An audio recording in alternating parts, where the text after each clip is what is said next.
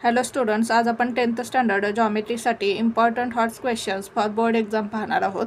पहा क्वेश्चन 1 काय दिला आहे. A cylinder of radius 12 centimetre contains water up to the height 20 centimetre.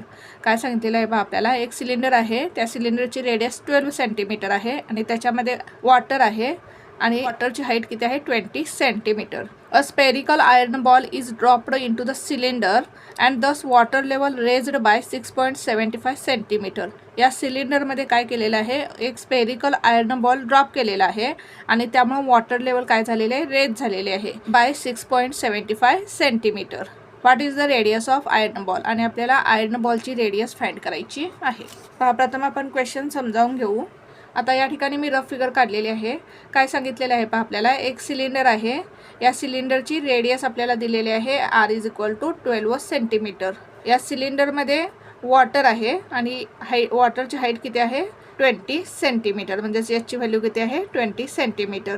आणि या वॉटरमध्ये काय केलेलं आहे, एक स्पेरिकल आयर्न बॉल ड्रॉप केलेला आहे आणि हा स्पेरिकल आयर्न बॉल टाकल्यामुळं काय झालेलं आहे, ही वॉटर लेवल काय झालेली आहे, इन्क्रीज झालेली आहे. कितीने इन्क्रीज झालेली आहे 6.75 सेंटीमीटरने इन्क्रीज झालेली आहे. म्हणजे ही हाईट एवढी काय झालेली आहे, वाढलेली आहे. हा स्पेरिकल आयर्न बॉल टाकल्यामुळे वॉटरची हाईट 6.75 सेंटीमीटर एवढी वाढलेली आहे. ही हाईट आपण H1 कन्सिडर करू आणि आपल्याला स्पेरिकल आयर्न बॉलची रेडियस फाइंड करायची आहे. आता हा स्पेरिकल आयर्न बॉल वॉटरमध्ये टाकल्यामुळे काय झालेले आहे, हाईट वाढलेली आहे. म्हणजे ही जी हाईट, वॉटरची हाईट वाढलेली आहे, वॉटरची लेवल वाढलेली आहे. हे वॉटरचं वाढलेलं व्हॉल्यूम आणि हे स्पेरिकल आयर्न बॉलचं व्हॉल्यूम काय असणार आहे, इक्वल असणार आहे. कारण या स्पेरिकल आयर्न बॉलचं जितकं व्हॉल्यूम असणार आहे तितकीच काय झालेली असणार आहे, ही वॉटरची लेवल इन्क्रीज झालेली असणार आहे. म्हणजे स्पेरिकल आयर्न बॉलचं व्हॉल्यूम आणि ह्या इन्क्रीज झालेल्या वॉटरचं व्हॉल्यूम इक्वल असणार आहे. पहा सॉल्व करू आपण एक्झाम्पल. प्रथम आपण गिवन लिहून घेऊ. काय काय दिलेलं आहे पहा आपल्याला. रेडियस दिलेले आहे फॉर सिलेंडर. सिलेंडरची रेडियस आपण कॅपिटल R घेऊ. रेडियस किती दिलेले आहे 12 सेंटीमीटर. हाईट किती दिलेले आहे 20 सेंटीमीटर. फॉर स्पेअर, स्पेअरसाठी आपल्याला रेडियस फाइंड करायची आहे. या ठिकाणी हाईट H1 काय आहे 6.75 सेंटीमीटर. आता volume of water raised in cylinder is equal to volume of spherical iron ball असणार आहे. लिहून घेऊ आपण. Volume of water raised in cylinder is equal to volume of spherical iron ball. आता सिलेंडरचं व्हॉल्यूम काढण्यासाठी फॉर्म्युला काय आहे, πr² इज इक्वल टू स्पेअरसाठी व्हॉल्यूमचा फॉर्म्युला काय आहे 4/3 πr³. ही दोन्ही व्हॉल्यूम इक्वल असणार आहेत. आता या ठिकाणी पाय काय होईल, कॅन्सल होईल. म्हणजेच काय येईल पहा, r² is equal to 4/3 r³. आता याच्यामध्ये आपण व्हॅल्यू पुट करू. हाईट या ठिकाणी आपल्याला काय घ्यायचे आहे, H1 घ्यायचे आहे. वॉटर लेवल रेज झाल्यामुळं जी वॉटरची लेवल इन्क्रीज झालेली आहे ती आपल्याला हाईट घ्यायची आहे 6.75 सेंटीमीटर. सिलेंडरची रेडियस आपण कॅपिटल R कन्सिडर केलेली आहे. या ठिकाणी आपण कॅपिटल R घेऊ. Capital R² H1. आता रेडियस किती दिलेले आहे पहा 12 सेंटीमीटर. म्हणजेच 12 R चा स्क्वेअर म्हणजेच 12 इंटू 12 इंटू H1. हाईट किती आहे 6.75 is equal to 4/3 into R³. आरची व्हॅल्यू आपल्याला फाइंड करायची आहे. आता 4/3 आपण या साईडला घेऊ. या साईडला घेतल्यानंतर काय होईल, 3 वरच्या बाजूला जाईल आणि 4 खालच्या बाजूला येईल. म्हणजेच काय होईल, या ठिकाणी आल्यावर 3/4 होईल. 12 इंटू 12 इंटू 6.75. हा 3 वरती येईल आणि 4 खाली जाईल. /4 इज इक्वल टू R³. 3 वरती गेला आणि 4 खाली आला. 4 1 जार 4, 4 3 जार 12. म्हणजेच काय मिळालं पहा आपल्याला. मल्टिप्लिकेशन करू आपण. 3 3 जार 9. 9 इंटू 12 108 इंटू हा 6.75 इज इक्वल टू R³. आता 108 इंटू 6.75 करू आपण. 6.75 इंटू 108. 8 5 जार 40, 0 कॅरी ओव्हर 4. 8 7 जार 56 प्लस 4 60, 0 कॅरी ओव्हर 6. 8 6 जार 48, 48 प्लस 6 54.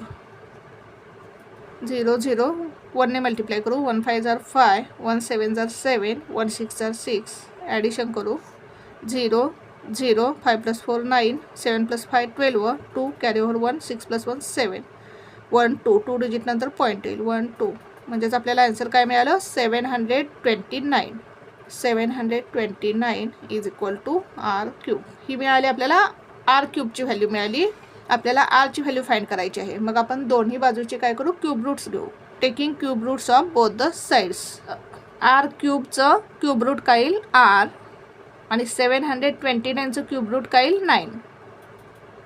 म्हणजेच आपल्याला रेडियस किती मिळाली 9 सेंटीमीटर. या ठिकाणी मल्टिप्लिकेशन करू आपण. 9 इंटू 9 इंटू 9. मल्टिप्लिकेशन घेतील 9 9 जार 81 इंटू 9. 9 1 जार 9, 9 8 जार 72, 729. म्हणजेच 729चं क्यूब रूट काय आहे 9. म्हणजेच आपल्याला रेडियस किती मिळाली 9 सेंटीमीटर. आन्सर लिहू आपण खाली. Therefore the radius of iron ball is 9 centimetre. Question 2 पहा. 1/sin² theta minus 1/cos² theta minus 1/tan² theta minus 1/cot² theta minus 1/sec² theta minus 1/cosec² theta is equal to -3. हे equation आपल्याला दिलेलं आहे. Then find the value of theta. आणि आपल्याला थीटाची value find करायची आहे. पहा सॉल्व करू आपण एक्झाम्पल. प्रथम आपण हे इक्वेशन लिहून घेऊ. 1/sin² theta minus 1/cos² theta minus 1/tan² theta minus 1/cot² theta minus 1/sec² theta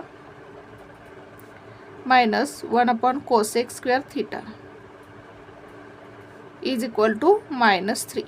आता 1/sin² थीटा म्हणजेच काय cosec² theta minus 1/cos² theta म्हणजेच काय sec² theta minus 1/tan² theta म्हणजेच काय cot² theta minus 1/cot² theta म्हणजेच काय tan² theta minus 1/sec² theta म्हणजेच काय येईल cos² theta minus 1/cosec² theta म्हणजेच काय येईल sin² theta is equal to -3. Reason लिहू आपण या ठिकाणी. sin theta is equal to reciprocal of cosec theta. cos theta is equal to reciprocal of sec theta and tan theta is equal to reciprocal of cot theta. आणि cosec theta म्हणजेच काय reciprocal of sine theta. Sec theta म्हणजेच reciprocal of cos theta आणि cot theta म्हणजे reciprocal of tan theta. आता या ठिकाणी cos² theta sin² theta आहे. हे cosec² थीटा cot² थीटा आपण ह्या टर्म दोन्ही जवळ लिहून घेऊ आणि -sec² थीटा -tan² थीटा जवळ लिहून घेऊ. आता आपल्याला या ठिकाणी 3 आयडेंटिटीज यूज कराव्या लागणार आहेत. sin² theta plus cos² theta is equal to 1, 1 plus cot² theta is equal to cosec² theta, 1 plus tan² theta is equal to sec² theta. आता या ठिकाणी cos² थीटा sin² थीटा एका ठिकाणी आहे. आपण cot² थीटा आणि cosec² थीटा एका ठिकाणी लिहून घेऊ आणि tan² थीटा sec² थीटा एका ठिकाणी लिहून घेऊ. cosec² theta minus cot² theta minus sec² theta minus tan² theta. काय केलं आपण या दोन्ही टर्म्स जवळ लिहिल्या. Minus cos² theta minus sin² theta is equal to √3. आता आपण cosec² थीटा मायनस cot² थीटाच्या ठिकाणी काय लिहू शकतो पहा. आता हा cot² थीटा आपण जर या बाजूला घेतला तर आपल्याला काय मिळेल पहा. 1 is equal to cosec² theta minus cot² theta. म्हणजेच आपण cosec² थीटा मायनस cot² थीटाच्या ठिकाणी 1 लिहू शकतो. म्हणजेच या ठिकाणी काय येईल पहा. या ठिकाणी 1 येईल. 1 लिहू आपण 1. आता या ठिकाणी आपण या दोन्हीमध्ये मायनस साईन काय करू कॉमन काढू. Minus sec² theta. आता ब्रॅकेटमध्ये काय होईल साईन चेंज होतील. हे sec² थीटाचा मायनस आहे साईन, या ठिकाणी काय झालेलं आहे प्लस. tan² थीटाचं साईन मायनस आहे, या ठिकाणी प्लस होईल कारण आपण मायनस साईन कॉमन काढलेलं आहे. या ठिकाणी काय येईल प्लस tan² थीटा. आता या ठिकाणी पण आपण काय करू मायनस साईन कॉमन काढू. मायनस आता या cos² थीटाचं साईन मायनस आहे, या ठिकाणी प्लस येईल. काय नाही म्हणजे प्लस आहे. cos² थीटा या ठिकाणी मायनस sin² थीटाचं साईन काय होईल प्लस sin² थीटा कारण आपण मायनस साईन कॉमन काढलेलं आहे. Is equal to -3. 1 minus sec² theta plus tan² theta minus आता cos square theta plus sine square थिटाच्या ठिकाणी आपण काय लिहू शकतो, आयडेंटिटी काय आपली sine square theta plus cos square theta is equal to 1, म्हणजेच या ठिकाणी काय येईल 1 येईल, इज इक्वल टू -3. या ठिकाणी रिझन लिहू आपण, कोणती प्रॉपर्टी यूज केली आपण या ठिकाणी, 1 plus cot square theta is equal to cosec square theta, ही प्रॉपर्टी यूज केली आपण. हा कॉट स्क्वेअर या बाजूला घेतल्यानंतर काय होईल, 1 is equal to cosec square theta minus cot square theta. आता या ठिकाणी कोणती प्रॉपर्टी यूज केली आपण, sine square theta plus cos square theta is equal to 1. आता हा 1 कॅन्सल होईल, 1 - 1 किती येईल 0. आता या ठिकाणी मायनस साइन आहे, या बाजूला मायनस साइन आहे, मायनस मायनस कॅन्सल होईल, म्हणजेच काय येईल पहा, therefore sec square theta plus tan square theta is equal to 3.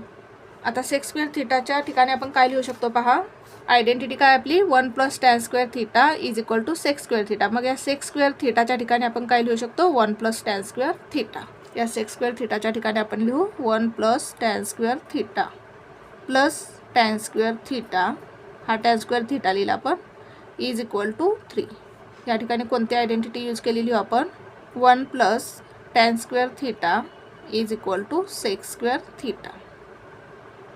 Sec square थिटाच्या ठिकाणी आपण 1 प्लस टॅन स्क्वेअर थिटा लिहिलं. आता हा 1 आपण या साईडला घेऊ, या बाजूला गेल्यानंतर काय होईल, मायनस होईल. Tan square theta plus tan square theta किती येईल, 2 tan square theta. 2 tan square theta is equal to 3, हा 1 या बाजूला घेऊ, -1 होईल.